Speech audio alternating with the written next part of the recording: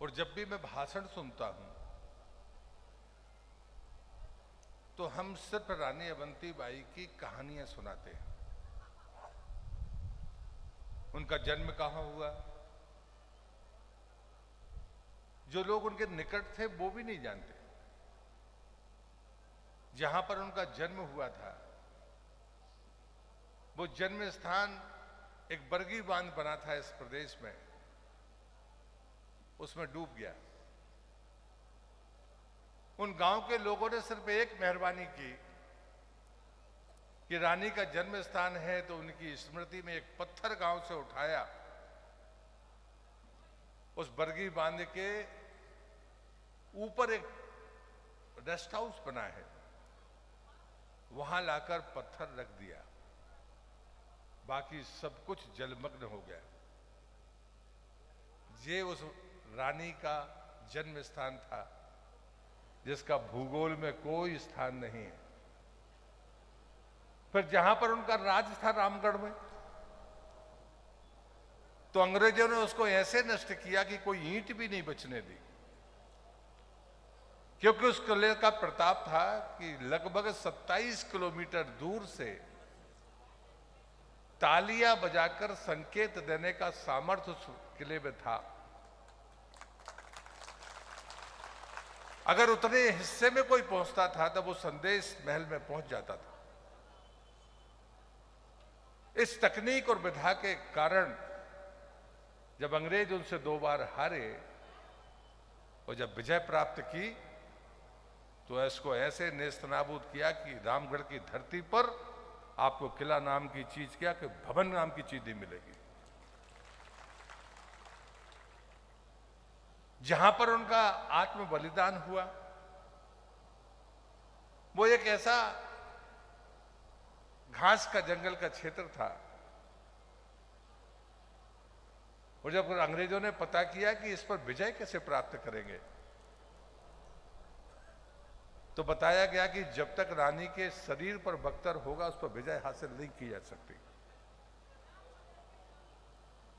तो ये जानकारी जुटाई गई कि वो बख्तर उतारती कब है। कोई कहता है कि पुरखों का समय था और वो तर्पण देने के लिए उन्होंने बख्तर उतारा और तभी उन पर हमला हुआ। लेकिन उनके बलिदान की तारीख अभी भी इतिहास में मेल नहीं खाती। ये बातें मैं इसलिए कह रहा हूं कि माताएं बहनें बैठी हैं, हमारी बेटियां सुन रही होंगी। कोई बेटी 160 साल से पहले 27-28 साल की उम्र में राज्य सत्ता संभाले और दुनिया की सबसे ताकतवर सत्ता अंग्रेजों को चुनौती दे, ये ताकत उनके भीतर थी तो तुम्हारे भीतर क्यों नहीं पैदा हो रही है, मैं पूछना चाहता हूं। आज आपके माता पिता समर्थ हैं, आपके सामने कोई चुनौती नहीं है। उनके सामने तो चुनौती थी जब उनके पति का निधन हुआ तो अंग्रेजों ने कहा कि आपके बेटे को हम उत्तराधिकार नहीं देते। झगड़ा इस पर नहीं हुआ। उन्होंने कहा कि मैं इन बातों को मानती ही नहीं हूं,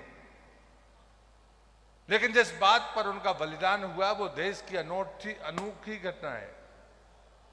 जबलपुर के क्षेत्र में 2 घटनाएं ऐसी हैं जो हिंदुस्तान में आपको कहीं नहीं मिलेंगी।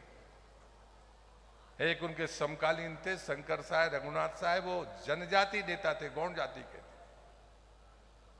उनने अंग्रेजों के खिलाफ कविता लिखी, इसलिए उनको तोप से बांध कर उड़ाया गया। किसी के कविता लिख देने से उसको तोप से बांध कर उड़ा दिया जाएगा, यह हिंदुस्तान की पहली घटना थी। और दूसरी घटना थी रानी अवंतीबाई की। अकाल पड़ा, अंग्रेजों ने कहा कि हमें टैक्स चाहिए। रानी अवंतीबाई ने कहा कि मैं खजाने से टैक्स भिजवा दूंगी। अंग्रेजों ने कहा कि नहीं, हमें किसान से टैक्स वसूल कर दीजिए। तो रानी अवंतीबाई ने कहा वो मेरी जनता है, वो भूख से तड़प रही है, मैं उसको और कष्ट नहीं दे सकती हूं। जितना तुम्हारा कर बनता है मैं अपने खजाने से दूंगी, लेकिन मैं किसान से कर्ज वसूली नहीं करने दूंगी। राज्य के लिए लोग लड़े हैं, अपने उत्तराधिकार के लिए लड़े हैं, लेकिन गरीब आदमी के लिए कोई लड़ा है तो उसका नाम रानी अवंतीबाई है। अंग्रेज नहीं माने, उन्होंने कहा किसान से ही वसूल करके देना है। उन्होंने कहा ये स्वीकार नहीं है। अंग्रेजों ने अपने प्रतिनिधि भेजे, उनने उनको बेइज्जत करके वापस किया। दोबारा फिर फोर्स के साथ भेजे तो उन्होंने उनको गिरफ्तार किया और फोर्स को मारकर भगाया कि बेहाल कष्ट में भूख से मर रही जनता से कर वसूली नहीं हो सकती। बाद में युद्ध हुआ तो पहली बार जब वो अंग्रेज अफसर हारा तो उसका बेटा युद्ध भूमि में छूट गया। रानी को पता चला तो उसको बुलवाया और अपने सिपल सालाय के द्वारा सुरक्षित उसके पिता के पास पहुंचाया।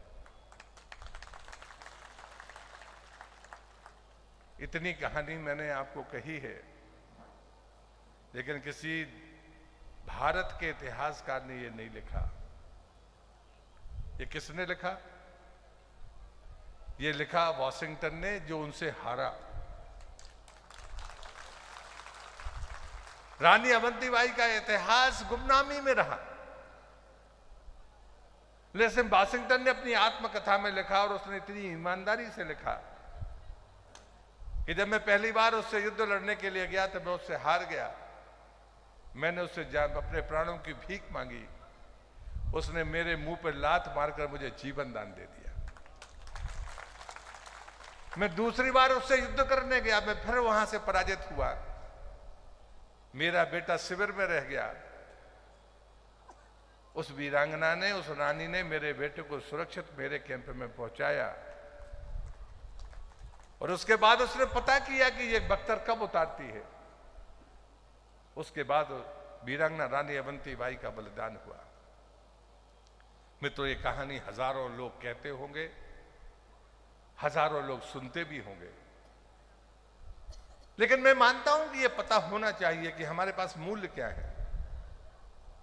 ये मूर्ति लगी है, मूर्ति उन्हीं की होगी, उन्हीं का चित्र है, इसका दावा कोई कर नहीं सकता।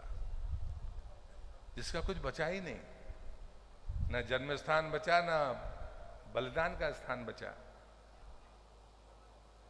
लेकिन जो तपस्वी होते हैं, जो बलिदानी होते हैं, जिनका चरित्र होता है, चित्र रहे या न रहे, चरित्र उभर कर सामने आता है। मित्र, चित्र बदल सकते हैं। मैं दावे से कहता हूं कि ये जो मूर्ति लगी है, ये उनका चित्र नहीं है। जो कैलेंडर बटे थे वो मेरे अनुज जालम सिंह जी, जो अभी समाज के अध्यक्ष हैं, आज आना था उनको, उनने सबसे पहले वो चित्र बांटा तो वो उनकी ढाल में कुछ लिखा हुआ था। आज तक कोई पढ़ नहीं पाया ये इसमें लिखा क्यों था। उसका स्लोगन था जय योद्धे, और मैं देश का संस्कृति मंत्री रहा हूं, मैंने देखा कि ये लिखा क्यों था जय योद्धे। पता चला कि पंजाब के दूर में एक आर्य समाज के संग्रहालय में गया तो वहां योद्धे वंश की परंपरा में उनके सिक्के उन संत महाराज ने ढूंढे होंगे, और जो इतिहास पता चलता है लोधियों का, वो वहीं से आए। ढाल में उसमें लिखा था, किसी ने कभी पता नहीं किया। ये पिछड़ा समाज कैसे बन गया? इतनी महान योद्धा और इतनी बड़ी बातें रखने वाला ये समाज गरीबी में क्यों है? उसका स्वाभिमान कमजोर कैसे हुआ? वो पिछड़ेपन की तरफ चला कैसे गया? ये विचारणीय प्रश्न है। मित्रों, मूर्तियां लगती हैं, मूर्तियां लग जाती हैं, लेकिन संदेश क्या है? इसका एक बहुत बढ़िया उदाहरण है। ये मूर्तियों का प्रचलन कब से हुआ? ये मूर्तियां लगाना लोगों ने शुरू क्यों किया? जब रावण माता सीता को हरकर ले गया, उसके सारे बच्चे और सब मारे गए, तो उसने कुंभकर्ण को जगाया। कुंभकर्ण मूल से बहुत न्याय प्रिय व्यक्ति था।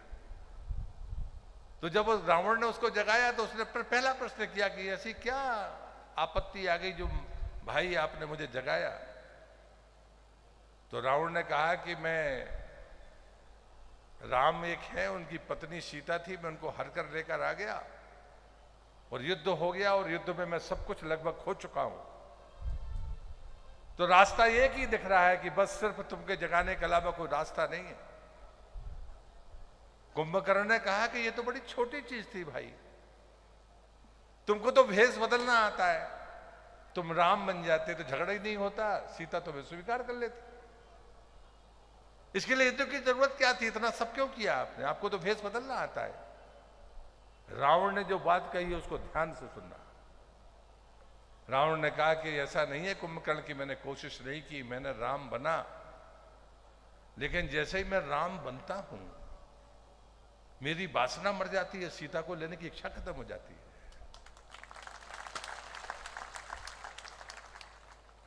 किसी चित्र से हमारा चरित्र कैसे बदलता है, इससे बड़ा उदाहरण नहीं हो सकता। हम मूर्तियां लगाते ही इसलिए हैं कि मूर्ति के सामने खड़े होकर हम उसके चरित्र के साथ अपने आप को जोड़ सके। क्या रानी अवंतीबाई ने किसी जातिवाद का रास्ता दिया था? जी नहीं। मेरे जैसे लोग निर्भय होकर पूरी ताकत से कहते हैं, गरीब आदमी के लिए जीवन दान करने वाला अगर कोई चरित्र है तो उसका नाम वीरांगना रानी अवंतीबाई है। समाज को गर्व जरूर करना चाहिए कि मेरी रक्त वंश परंपरा में ऐसी भी वीरांगना पैदा हुई है। मैं हमेशा कहता हूं 400 साल पहले रानी दुर्गावती पैदा हुई, 160 साल से ज्यादा का समय हो गया रानी अवंतीबाई को। अभी भी हम पिछड़ेपन का रोना रो रहे हैं, अभी भी हम कहते हैं कि हमारे ऊपर अत्याचार हो रहा है। किसकी गलती है? ये कमजोरियां हैं किसकी? और इसलिए मित्रों, आज मैं जो आपसे निवेदन करने के लिए आया हूं, गरीबी कुछ नहीं होती। मैं अपने समाज पर गर्व करता हूं, लेकिन मैं जातिवादी नहीं हूं। मैं अपने समाज पर गर्व करता हूं। जिस समाज में मैं पैदा हुआ हूं उसके संस्कार में कोई ऐसी कमी नहीं है जिसके लिए मैं सिर झुकाकर बात करूं, कोई कमी नहीं। मुझे अगर किसी समाज के किसी चरित्र पर गर्व होता है तो मेरे समाज पर होता है। गरीबी हो सकती है, लड़ाई झगड़ा हो सकता है, नादानी हो सकती है, लेकिन मुझे आज तक कोई भीख मांगते हुए नहीं दिखा, इसलिए मैं गर्व करता हूं।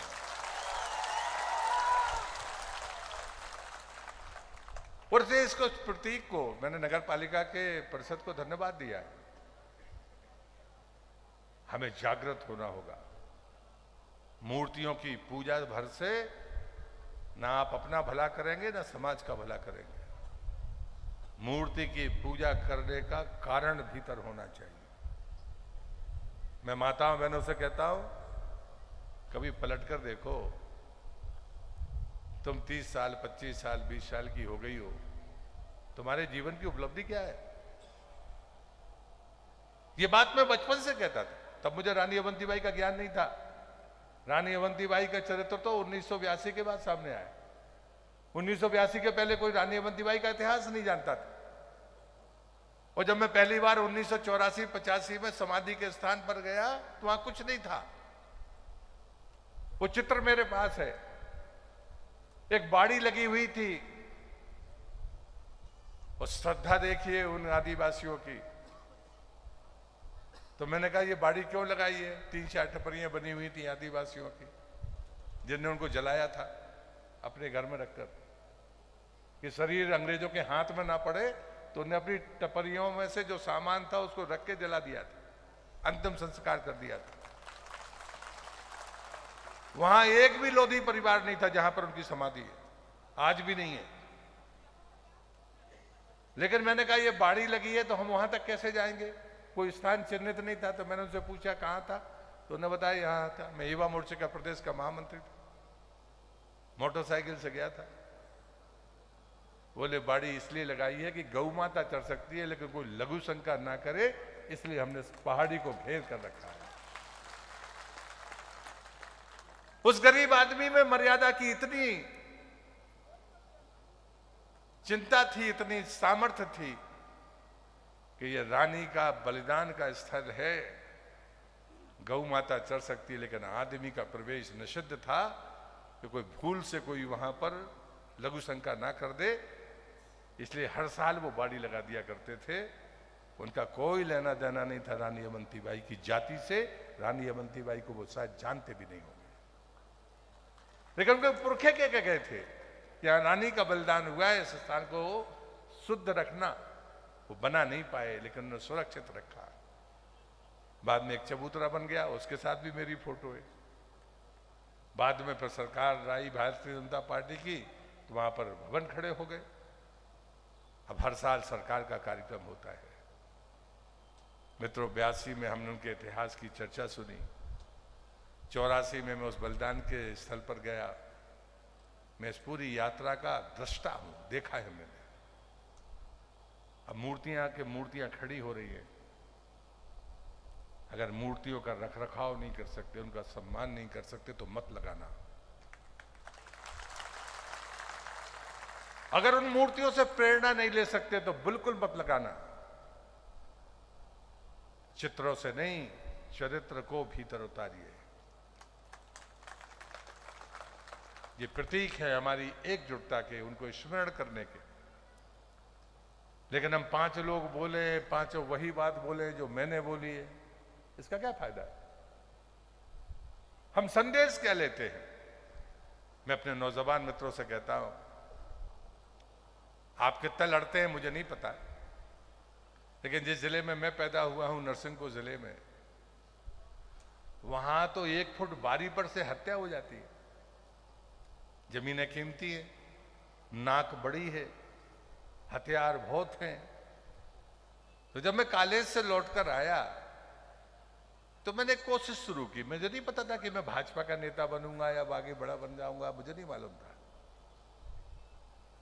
तो जैसे ही मैं वहां पर आया तो मैंने सोचा कि चलो पंचायतें करते हैं, ये झगड़े खत्म किए जाएं।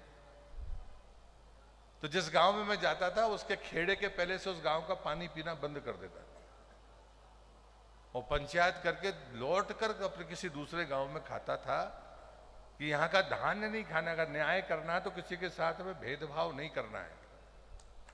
और वो पूरी जिंदगी मैंने की। और आखिरी में मैं जब मुझे लगा यार ये तो बहुत खराब काम है, तो सारा कुछ जाके नर्मदा जी में अर्पित किया और हाथ जोड़ लिए कि बस आज के बाद से काम नहीं करना। लेकिन मैं लगभग 98% सफल हो गया। गोटे गांव, नरसिंहपुर जिले में 2 थाने होते थे, एक गोटे गांव और एक सुअतला, जहां क्राइम रेट 82% था।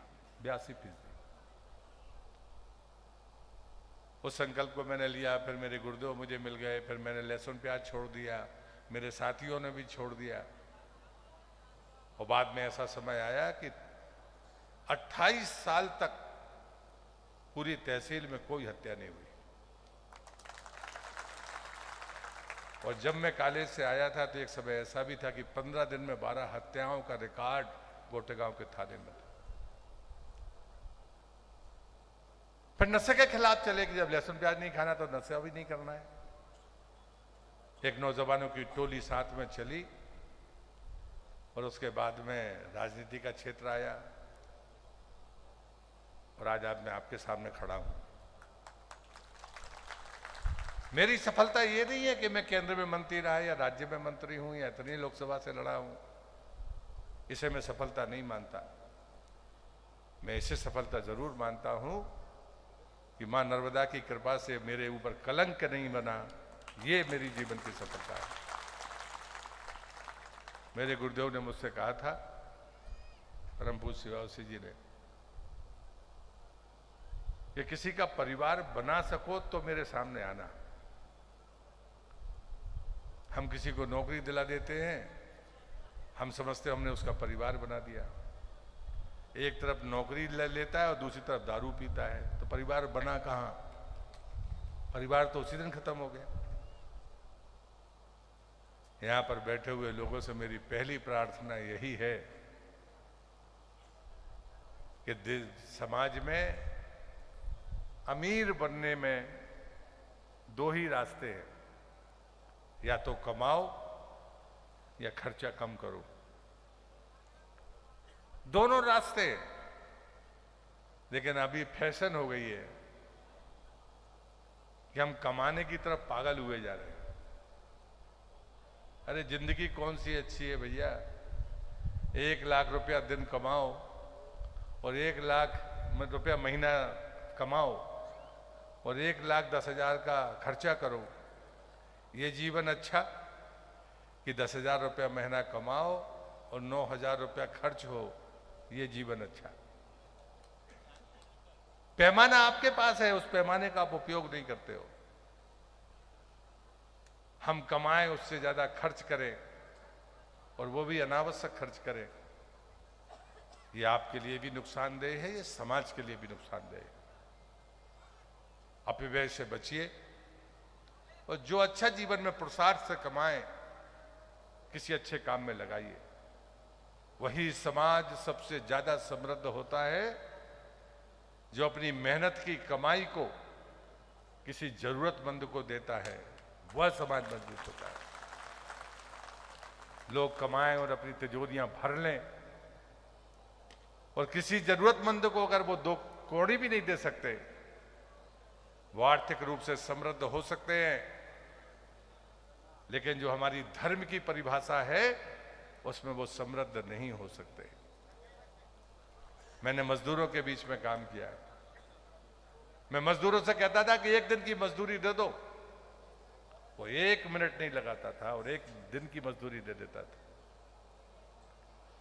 लेकिन मैं किसी मध्यवर्गीय किसान के पास जाता था और उससे कहता था कि 10 एकड़ जमीन है,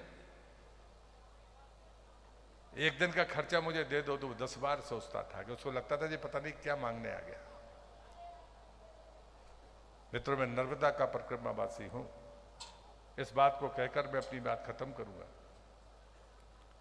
मैं परिक्रमा में था, झाड़ी में कुछ खाने के लिए नहीं मिलता, तो लगभग 3 दिन हम लोगों को कोई खाने के लिए भिक्षा नहीं मिली।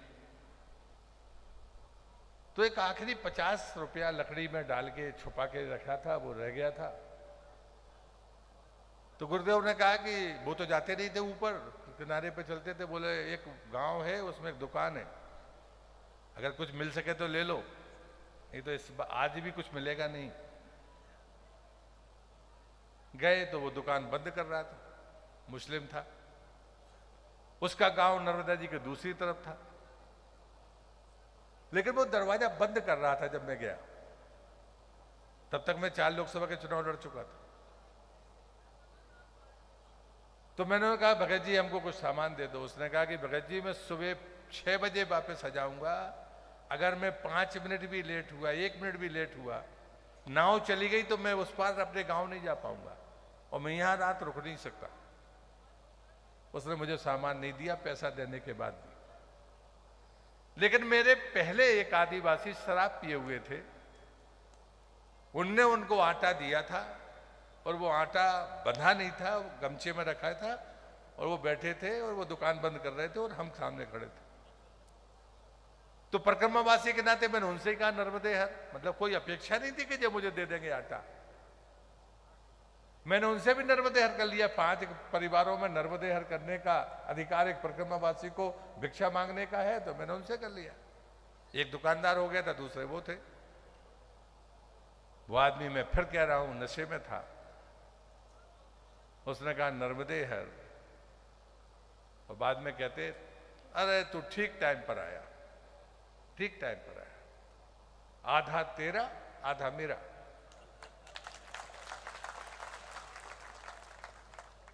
उठा लो। मैंने कहा मेरे गुरुदेव ने कहा है कि भिक्षा ली जाती है, भिक्षा उठाई नहीं जाती। अरे यार, अब उसने आधी उंगली मारी और आधा आटा मेरे कमंडल में डाला और बढ़िया हंसे और उन्होंने अपना आधा बांधा, चले गए।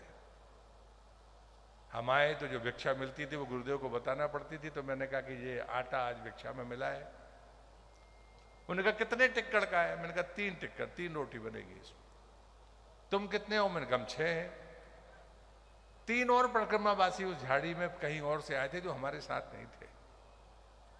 मेरे गुरुदेव ने मुझसे कहा, आधी खाई नहीं खाई क्या फर्क पड़ता है, कम से कम एक रोटी तो होगी, उनको दे दो। 3 है, उनको एक एक रोटी तो मिल जाएगी, उनको दे दो। हमने उनको दे दी। और भी कहानी लंबी, उसको मैं करना नहीं चाहता। हमसे कहा, जाओ दूध ले आओ, मतलब मां नर्मदा का जल ले आओ, उसको गर्म करो, रामरस डालो और पी के सो जाओ। दूसरे दिन मेरे गुरुदेव ने मुझसे सुबह प्रश्न किया, तुम्हारी समझ में उस आदमी की खुराक कितनी रोटी की रही होगी? मैंने कहा, कम से कम 8 से 10 रोटी की खुराक रही होगी। उसका परिवार भी रहा होगा। अब मैंने कहा, मैं तो नहीं जानता, लेकिन होगा ही, परिवार भी होगा। बोले, तुमने कल्पना की उस नशे में धुत व्यक्ति ने अपने हिस्से का आधा भोजन तुमको दे दिया। उसे पता नहीं है कि तुम क्या हो। उसने नर्मदा परिक्रमावासी समझकर अपने भोजन का नहीं, अपने परिवार की खुराक में से आधा तेरे को दे दिया। इससे ज्यादा बड़ा दानी कोई मिलेगा? वो दिन है कि आज का दिन है। मैं जब भी अपनी बात कहता हूं, जब तक धरती पर जीवन रहेगा मैं किसी को दानी नहीं मानूंगा। अगर सबसे बड़ा दानी था तो वो व्यक्ति जिसने मुझे अपने आटे से आधा आटा मुझे दे दिया था। कौन कितने लाख, कौन कितने करोड़ दान करता है इससे मुझे नहीं पता, लेकिन जो अपने जीवन का आधा हिस्सा किसी को दान में दे दे, दानी वो है। और ऐसे परिभाषाएं को बदलिए मत, परिभाषाओं को गढ़िए मत। चित्र बदल सकते हैं लेकिन चरित्र नहीं बदलेगा। जिन्हें देश के लिए बलिदान दिया, जिन्हें देश के लिए कुर्बानी दी, और क्यों दी, अगर ये हमने जीवन में उतारने की कोशिश की तो हमारा भी जीवन सफल होगा और साथ समाज को कुछ हम दे पाएंगे। ये समाज से लेने की जो आदत है, अब तो सरकार से भीख मांगने की आदत लोगों की पड़ गई है। नेता आते हैं तो कागज, एक टुकड़ा तो कागज मिलते हैं उनको, मंच पर है माला पहनाएंगे और एक पत्र पकड़ा देंगे। ये अच्छी आदतें नहीं है। लेने की बजाय देने का मानस बनाइए। मैं दावे से कहता हूं, आप भी सुखी होंगे और एक संस्कारवान समाज को हम खड़ा करेंगे। ये भिखारियों की फौज इकट्ठा करना, ये समाज को मजबूत करना नहीं है, ये समाज को कमजोर करना है। हम मुफ्त की चीजों के प्रति जितना आकर्षण रखते हैं, ये वीरांगनाओं का सम्मान नहीं है। किसी शहीद का सम्मान तब है जब हम उसके चरित्र के साथ जीने की कोशिश करें। ऐसा कोई शहीद का नाम जानते हो जिसने किसी से भीख मांगी हो? मुझे नाम बताना। उसके बावजूद भी हम आते हैं और अपने कार्यक्रम करके चले जाते हैं, तालियां बजाते और चले जाते हैं। मैं तो आपसे एक ही भिक्षा मांगकर अपनी बात खत्म करता हूं। नर्मदा का परिक्रमावासी हूं तो भिक्षा तो मांगता हूं, खुद के लिए कभी नहीं मांगता। कोई नहीं कह सकता कि मैंने प्रहलाद पटेल को ये किया। अपने बच्चों को संभाल कर रखिए, ये भिक्षा दीजिए मुझे। वो नशे से दूर रहे, उनका चरित्र हो, तो तीसरी चीजों की जरूरत नहीं है, सब उसके चरणों में होंगी, ये मैं कह सकता हूं। किसी की नकल करके धन कमाने के इस पागलपन में मत पड़िए। जो परंपरागत हमारा व्यवसाय है, जो हमारी गति है, उसके साथ जीवन को चलने दीजिए। अगर आपके भीतर संस्कार और चरित्र होगा, व्यसन नहीं होंगे, तो आपकी प्रगति को दुनिया की कोई ताकत नहीं रोक सकती। ये मैं दावे से कहता हूं। मैं तो पूरी जिंदगी लड़ता रहा, लेकिन मुझे नहीं लगता कि मुझे कोई नुकसान हुआ। मैं बहुत छोटा था, 29 साल में जब पहली बार सांसद बना था, तो नारायण सिंह जी का चुनाव प्रचार करने आया था मैं 90 में। और लोग कहते हैं अगर सुठालिया में मेरी सभा हो गई होती तो वो चुनाव नहीं हारते उस समय। प्यारेलाल जी हमारे नेता होते थे, आज भी मैं उनको अपना आदर्श मानता हूं। राजगढ़ से वो सांसद थे। मुझे गढ़ने का, मुझे बढ़ाने का काम अगर किसी ने राजनीति में किया तो श्रद्धेय प्यारेलाल खंडेलवाल जी ने किया। ये उनकी कर्मभूमि रही है। आज मुझे आने का मौका मिला। मैं आज कष्ट में था, लेकिन साथ भगवान परीक्षा लेता है। आज परीक्षा में मैं सफल हुआ, यहाँ तक पहुँचा, आप सबके दर्शन हुए। आपका उत्साह है, आपका उमंग और आपका भरोसा देखकर मैं गदगद हूँ। और मैं यही कोशिश करता हूँ, हम अगली बार जब मिलें तो जो नौजवान यहाँ मेरी बात सुन रहे हैं वो मुझे ऐसे किसी कार्यक्रम में बुलाएं कि हम 200 लोग हैं जिनने प्रतिज्ञा ली है कि कभी व्यसन से नहीं स्वीकार करेंगे। प्रहलाद पटेल उनके बीच आना पसंद करेंगे। मुझे भीड़ से कोई लेना देना नहीं। मैंने बहुत भीड़ देखी है, छोटी उम्र में सफलताएं देखी हैं तो भीड़ भी खूब देखी है। भीड़ भीड़ होती है, संगठन संगठन होता है।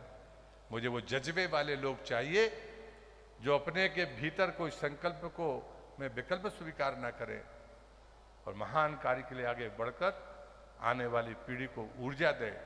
ऐसे नौजवानों को मैं अपील करता हूं। उसमें बेटे भी होंगे, बेटियां भी होंगी। अगर वो मुझे इस आधार पर बुलाएंगे, मंच के नेता नहीं,